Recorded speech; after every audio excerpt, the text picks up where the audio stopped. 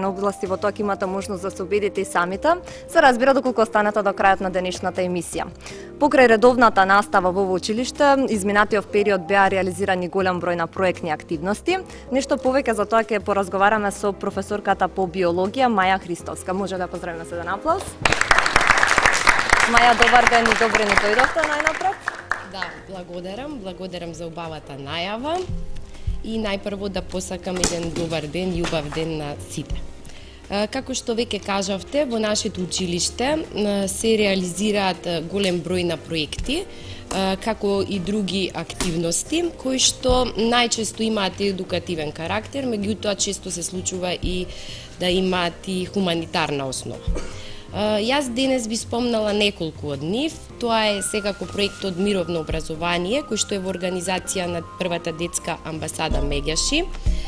Понатака проектот за ненасилство, проектот за заштита на светското културно и природно наследство, кој што е во организација на УНЕСКО, и секако проектот за мир, кој што е основан во Тревизо, Италија, и тука слободно можам да кажам дека представува една од нашите најголеми гордости, бидејќи не само што сме училиште координатор за овој проект на ниво на Република Македонија, туку минатата година нашето училиште ја понесе и првата награда за мир во светски рамки, што навистина представува еден голем успех за нас. Така, Маја, го споменавте веќе проектот со наслов Мировно образование. Токму за овој проект разговараме во следните неколку минути заедно со професорот по географија Александар Кирковски. Добар ден и добре ни дојдовте за вас. Добар ден на почеток на гледачите на Звон.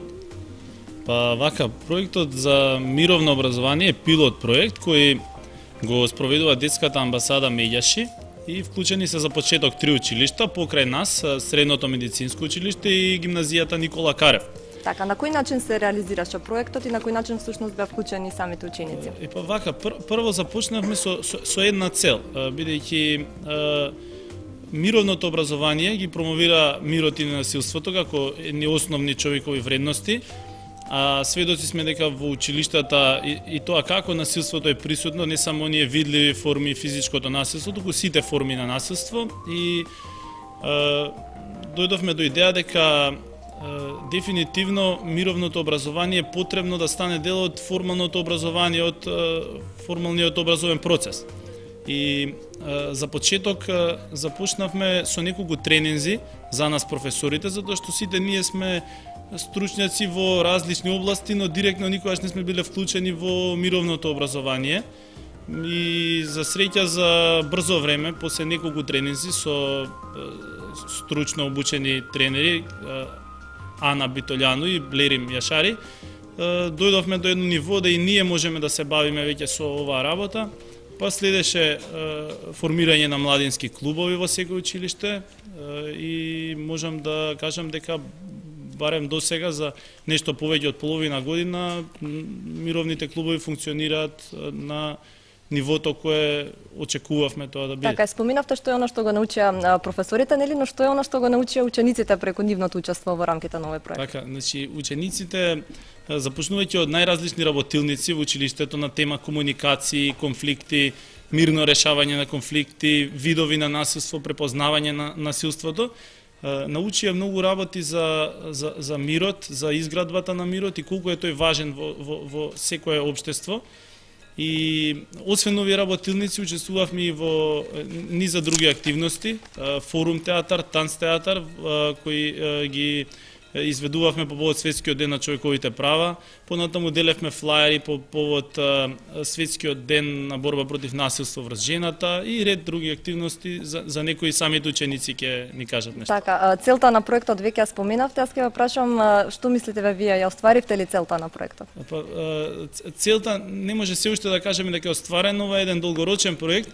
Ние веќе имаме планови и програми до крај на 2012 година, но сега за сега се само 3 училишта и пилот проект, а целта ќе биде остварена кога, како што кажав, мировното образование ќе се интегрира во формалниот образовен процес во сите средни училишта. Така, во секој случај на пат сте до остварување на целта. Сигурно, да. Ајде сега да им дадеме малку збори на самите ученици да видиме што тие всушност научија од учеството во овој проект. Велиме здраво за Теодора. Здраво.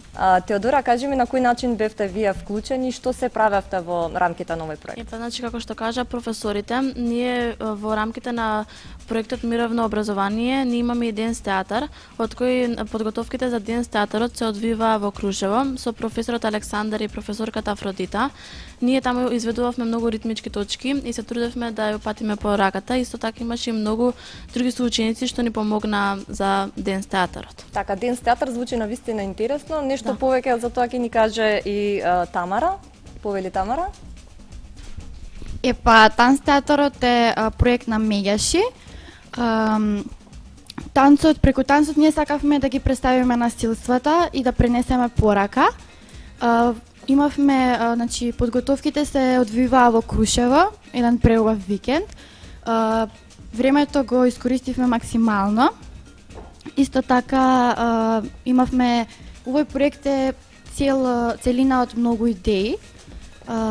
Исто така имаше многу соученици од нашето училиште што сме различна националност и имавме многу друштвени интересни игри преку кои се запознававме, учевме едни од други, се надевам успешно да пренесовме пораката.